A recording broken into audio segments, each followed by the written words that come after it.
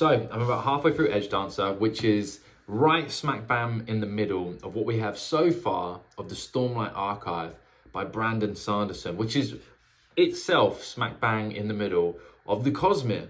And Edgedancer is kind of smaller. It's like a novella. We follow Lift and her spren Wyndle, and we actually start with something we've already seen before. And honestly, reading Lift is quite refreshing. Obviously, there's undertones, like she clearly has some issues, and I hope we're going to address them. But overall, she's just quite fun to read. It's light-hearted. It's a completely different perspective, quite a childish perspective. And we also get a very different relationship with her spren as well. What I also enjoyed was the fact that we go back to an interlude that we already had. And this is one of very few times that I've reread something in the Cosmere, because it is my first read through. So I reread the prologues a couple of times because I knew there was a lot to see in there. And I also reread one of the interludes, which was the big one with Taravangian, which was massive.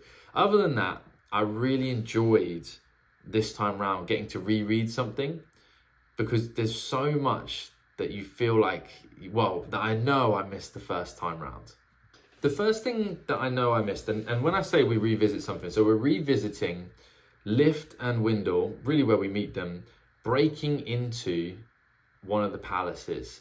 And this palace is going through a tough time because its monarch was just killed by Zeph. Not once, but twice. So they're trying to figure out who's going to be the new monarch.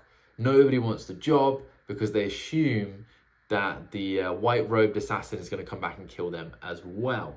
So they break in, and mostly they're trying to rob the place. And Lift is trying to rob the place as well, but of something completely different. She's just hungry for food, essentially.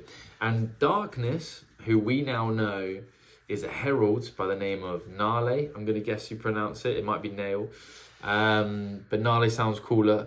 And it's about their interaction in that like palace location. The first thing that jumped out to me was Wyndle does a lot of talking. He's a bit of a moaner, and he talks about the ring choosing who he was going to bond, and that obviously is just a higher up in the spren world. And I feel like we have gotten a small glimpse of higher ups in the spren world before, because Shalorn's spren Patton, who's a cryptic, he mentions, I think there's like princes in the cryptics. So basically where I'm getting at with this is I'm really interested to see what that hierarchy looks like, and if there's any extra abilities and powers granted to those who are further up in the hierarchy in the spren world. I mean, surely we're going to spend a lot more time in that cognitive realm, discovering a bit more about the spren and how they operate and how they work and what their abilities are going to be. So I don't really have any guesses based on that, just more I'm excited to learn more about it. Wyndle also muses out loud as to why Lift was selected, and he basically says that Lift was selected for him to bond because she was had interactions with the old magic. Talks about interacting with Mother, and this is really confusing for me for a few reasons. So number one, we already know that it's the Night Watcher who Lift has interacted with. We know that from several points in this book, and I believe it was mentioned in Words of Radiance as well. So that's the Night Watcher. So when he says interacted with Mother, the old magics, I have to assume that he's talking about the Night Watcher. However, later on, Wyndle says that he is a spren of cultivation. Cultivation is the other shard on the planet.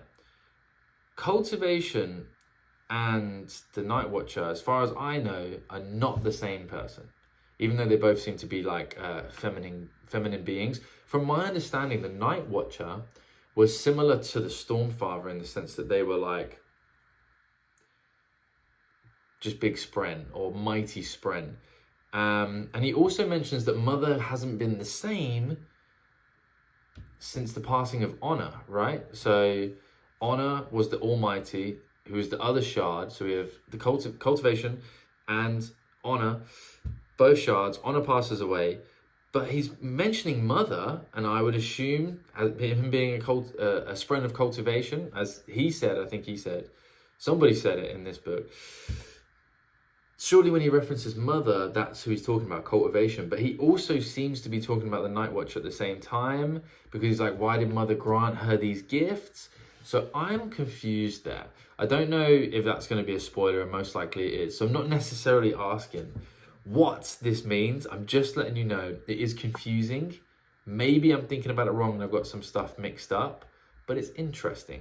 So I know that he has a relationship with the Night Watcher, and it would seem cultivation, but I don't think they're the same person, but the evidence is kind of saying it is. So, you know, I'm a bit confused there, but in a happy way. And so Lift has a really interesting gift. So she has been given the ability to, what appears like is to straddle two realms, the cognitive realm and the realm that, you know, just generally that people exist in. And she can turn food directly into stormlight, which is interesting. And we go and we learn a little bit about Lift's past. We know that she was raised in, is it the City of Shadow? Checking my notes here. The City of Shadows. So that's interesting. We also know she avoids the Reshi people and the Reshi like isles. And you have to question why.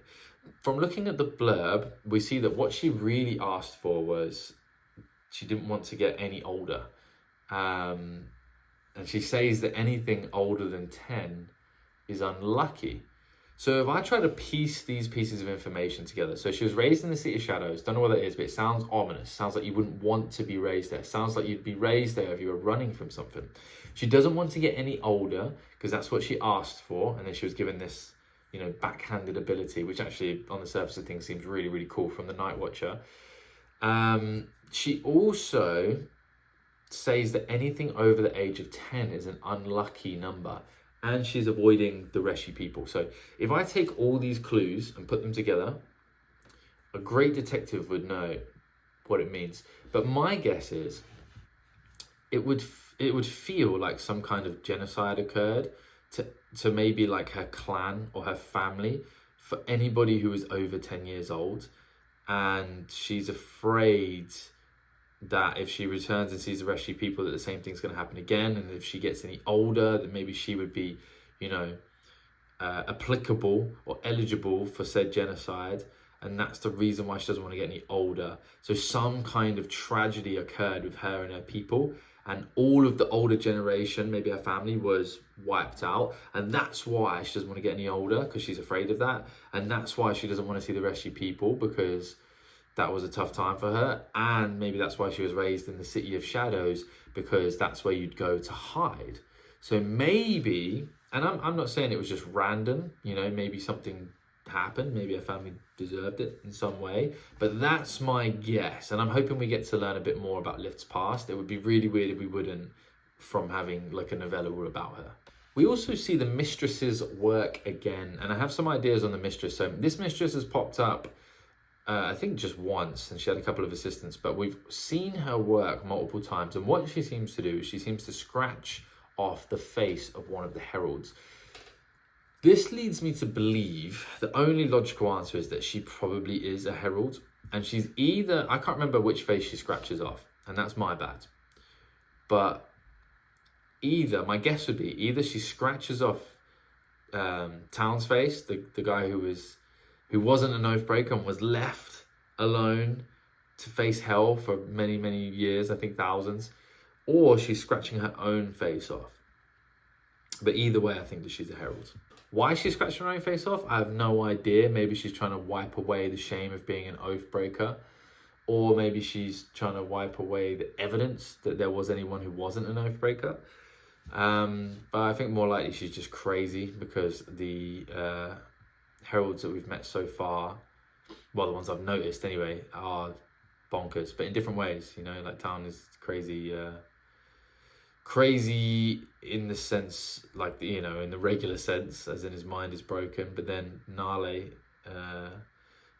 the Herald of Justice, is, you know, crazy in a very unforgiving way. He's very logical and strange, and is bending his logic to fit his madness with regards to justice. So it would make sense that she's also a herald and that she's also crazy. And of course, Nale, or Darkness, is involved pretty heavily in this story. he is trying to kill Lift, but also trying to eliminate anybody who could bring the Voidbringers back, which in this case is anybody who's showing potential of being a Knights Radiant. And I think if I've got the timeline correctly, he would have already met Zeph at this point, because there's rumor of the two storms coming in either direction, and it felt like Words of Radiance, like Zeph met Darkness Nale pretty quickly after those events. Like it felt like almost instantaneously, but maybe I'm wrong there. But it would be cool if we saw Zeph in this book. One thing I do want to bring up is something that I re-noticed from reading that first bit is when Darkness steals the Stormlight, he kind of uses this creature with wings against this creature's will. And there's two things that could be, I think. Number one, it could be some kind of spren, because later on Lift mentions that there are some spren with wings. Don't know why it would be able to suck Stormlight out, but I mean, they seem to give people the ability to bring in Stormlight, so that's a possibility. But it could also be that dragon type of creature that the merchant girl kind of bonded when she fell off of the giant beast, and I think that was in the Reshi lands. But I don't remember too much about that little creature, so it could be either one. Those would be my guesses, but it was definitely against its will, and that would be interesting to know what that was. And as a herald, I'm sure he knows all tips and tricks about Stormlight and how that works. So, they're going to be interesting to learn from. But yeah, so if someone can figure out what those are and have them work for them, not against their will, then I'm sure that person would be pretty powerful.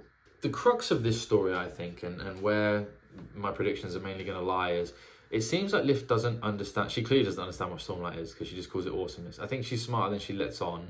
She just likes to, play dumb and have fun. But she doesn't seem to know that she can breathe Stormlight in and suck it in. So I think, most of what this book is going to revolve around is her speaking the next ideals and figuring out that she can do that. And I think a mixture of being able to literally eat food and create Stormlight, but then also learning how to suck it in would probably make her, a very, very powerful creature. Overall, I really enjoyed that section just as much as I did the first time. And like I said, it was really nice to get a chance to reread something and just see how good the writing is. Like Brandon Sanderson fits so much in there, so many little clues. When you're reading it the first time, it's just impossible. Even the second time, it's probably impossible to get all of it, or third or fourth, but you get more, obviously, on a reread. So it was nice to get the chance to do that and still feel like I was progressing in the story. So I want to talk about Wyndle. Wyndle's having a tough time. He's definitely, he's stressed out. Lift isn't who he wanted to be bonded with. He sounds like an intellectual or a gardener. But I really like the dynamic between Wyndle and Lift. I actually think they have more chemistry. I think they have more chemistry.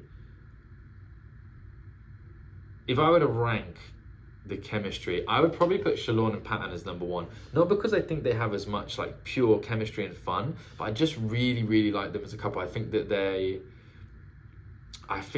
innovative, and they're both driven in the same direction, and they just seem to get each other. Do you know what I mean? Like, they're enjoying figuring each other out. They're enjoying seeing what each other can do, and they're just in tandem. Then I would put Lift and Wyndle because they're really, really fun, and they're exploring things quickly as well. Like, Lift isn't scared to force Wyndle to work to the best of his ability and show her what he can do. And then I'd probably actually put Kaladin and Syl underneath. Not because I like them any less overall in terms of like just as characters, but I just don't think they're as fun. They're definitely not on the same page. Kaladin is so wrapped up in his own head and his own issues and what's going on. I don't think he gives Syl the ability to help him as much as he should. So where was I going with this? Yeah, I just like Wyndle and Lift, like listening to them talk to each other. Basically listening to the exasperation and the sighs from Wyndle cracks me up, because Lift must be really difficult to deal with, especially if that's not who he wanted to be dealing with. And we find out something heartbreaking. He wanted to be dealing with Yim, the YM, I think the name was. And that is somebody that we saw that Darkness eradicated. So a different Spren was eradicated because they bonded with Yim. And yeah, that was just a nice little connect back to a part of the story previously. So onwards, we meet Hawka, Hauka. Hawker Tua, no, but Hawker, and she, I don't know how involved she's going to be in the story. It feels like she's going to be a side character. A big prediction is like we're definitely going to see another Knights Radiant, because I think that's why Nale or Darkness is in this city. I don't like, they wasn't there initially to find our main character, wasn't there initially to find Lift. He was there to find someone else, is from my understanding. So I think we'll see a link up there between Lift and whoever the new Knights Radiant is going to be. I don't think it's going to be Hawker. I think there would have been some clues to begin with. But yes, so we're in this new city. Lift is figuring out the city, essentially going to try and, I don't know if she's going to try and defeat Darkness. Like, that seems like a terrible idea. I would be very surprised if that happened as well, because I don't think it would. I think although the Heralds are crazy, like, they seem to have an incredibly high level of skill, and they know way more about how to utilize their powers, and their powers are probably more extensive anyway. So yeah, I don't think we're going to see that. But what's the point of this book? So the point of this book has to be one of a couple of things. We need to discover something that changes the magic system, or that we learn about the magic system, or some kind of artifact that's going to be really important, or we just discover something in general or meet a character that could change the rest of the story. Otherwise, why would we have this novella? And I think that thing is Lift's ability. So her ability to straddle the cognitive realm and our realm here. I think what's going to happen is she's going to make some kind of discovery of something she can do, or something in the cognitive realm that's going to be really, really important for our main characters in the Stormlight Archive, and potentially the rest of the Cosmere, moving forwards. And I kind of hope it's Taravangian related.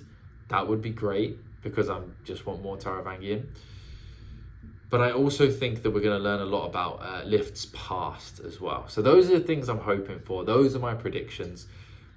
Tell me, did you enjoy this book, this little novella? I'm really looking forward to reading the rest of it. I think it's only like 150 pages to go. So I'm going to get stuck into that. And my next video will definitely be my finished thoughts. And from there, I'll be going straight into Oathbringer. As always, please like and subscribe. Hope you've enjoyed my ramblings, and I'll see you on the next one.